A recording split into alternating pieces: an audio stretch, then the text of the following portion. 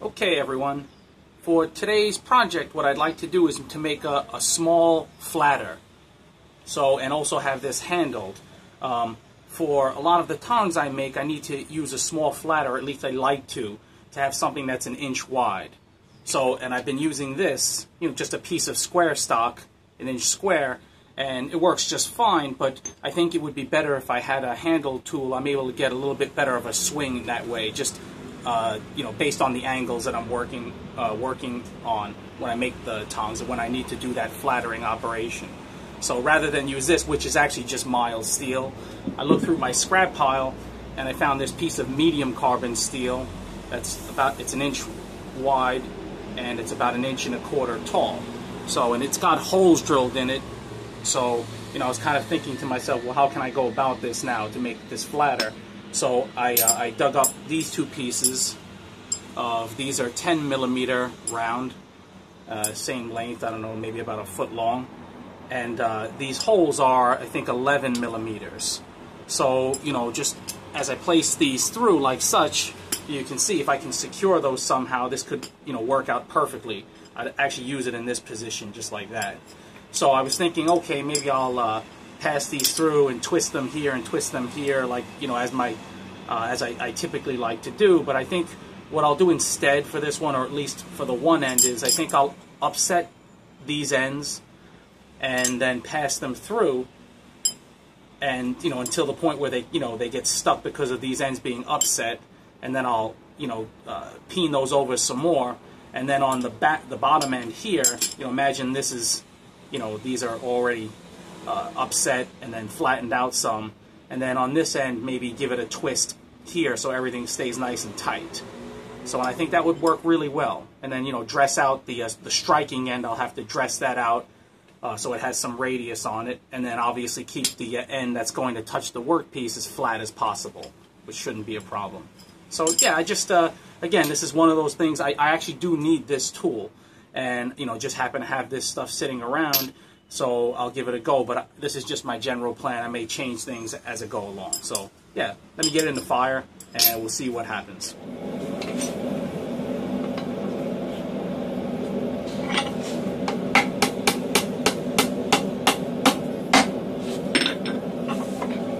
A small change of plan here. I decided rather than upset the ends, since these two holes are fairly close together, I'm just going to just make a bend on each one and just insert it like such. So one facing one way and one facing the other way.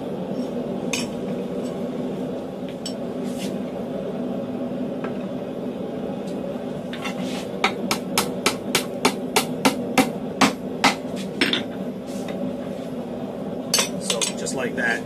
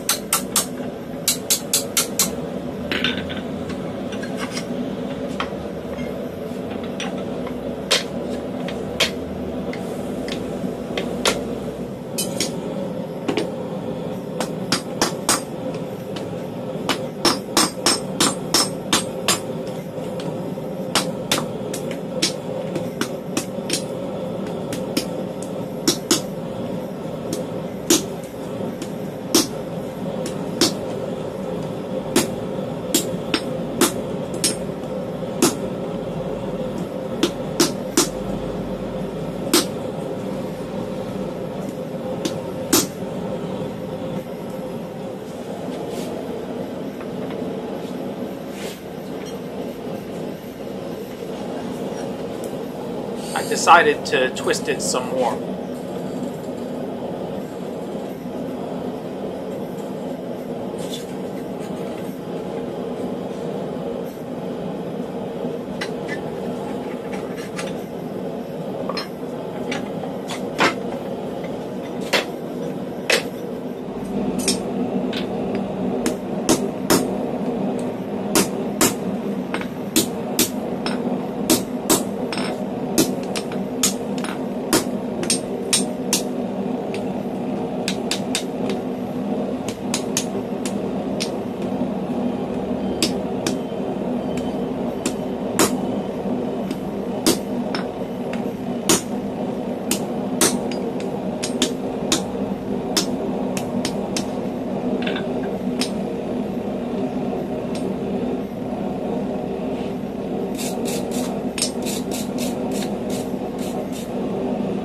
Like that, it's never going to come out of there, but you know, it's got like a little bit of play. You know, I can feel it move a little bit this way or that way, you can see, but that's really not going to affect anything. In fact, that might even be a little bit desirable.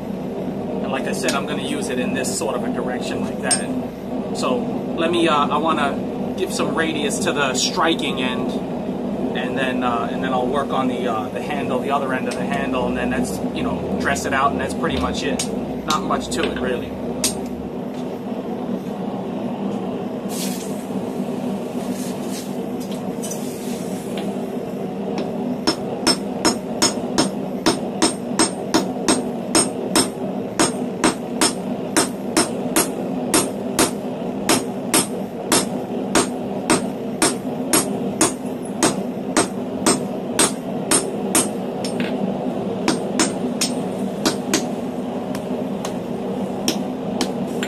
Just radiusing that, it's probably hard to see, but just giving that a little bit of radius while it's hot just makes it a lot easier.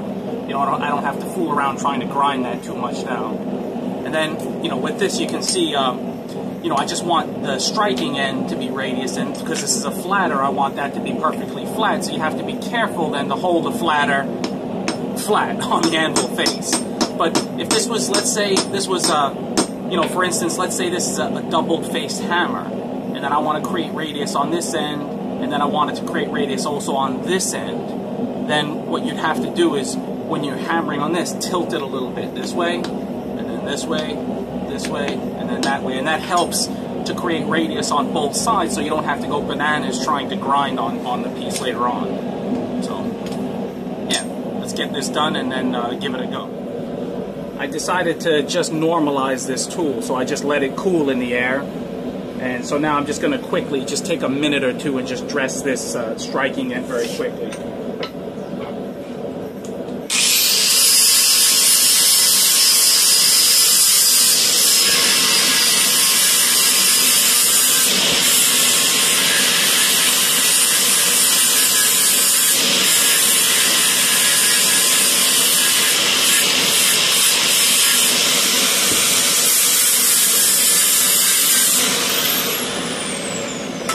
You can see, I mean, I've got, you know, from hammering it, I've got plenty of radius on that.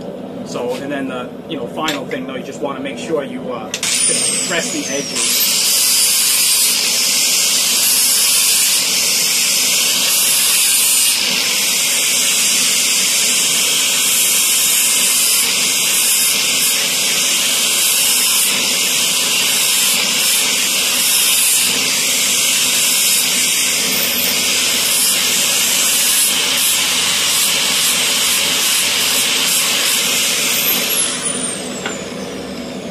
Do it. I'll twist on this end to tighten everything back up in here. I don't have to if I don't want to, but, and that'll also allow me to make a little hole for hanging it up. So once that's done, then I'll give it a quick try, and I'm sure it'll work just exactly like I want it to.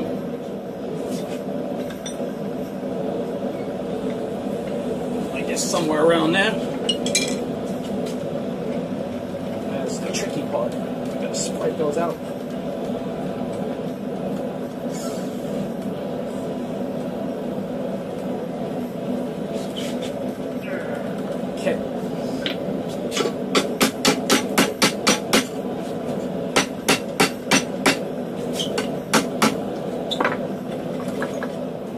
apologize. The last clip got cut short because my memory card ran out of memory. So I just, you know, I made this twist here, and then let me finish that out. And so let me throw it back in the forge. And while that's heating up, I wanted to make mention of two generous donators.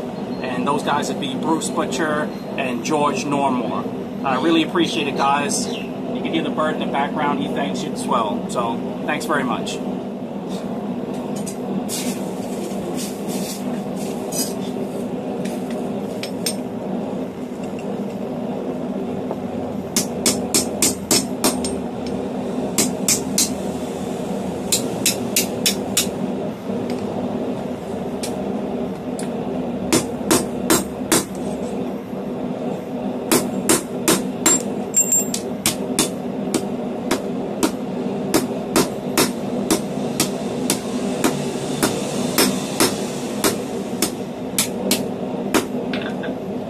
Give me a little hole that I can hang it up by.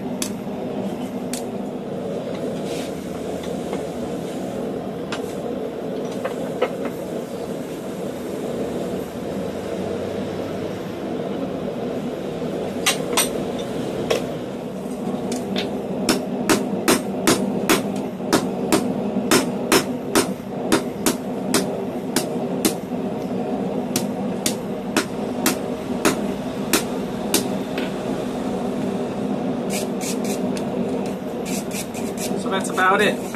I'll let it cool off, and then I'll give it a go. In hindsight, I probably should have put that hole up here. It would have been better, but that's okay. It'll still hang up from there. Or if I want, I can always make another hole right in between there.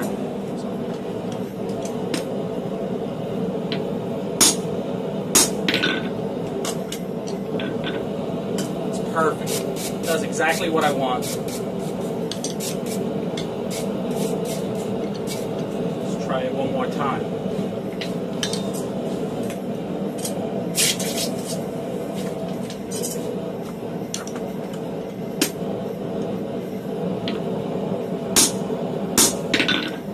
Definitely has more heft than just that piece of square that I was using. I don't know why I didn't make this sooner. Yeah, this is going to be perfect for my purpose. Absolutely perfect.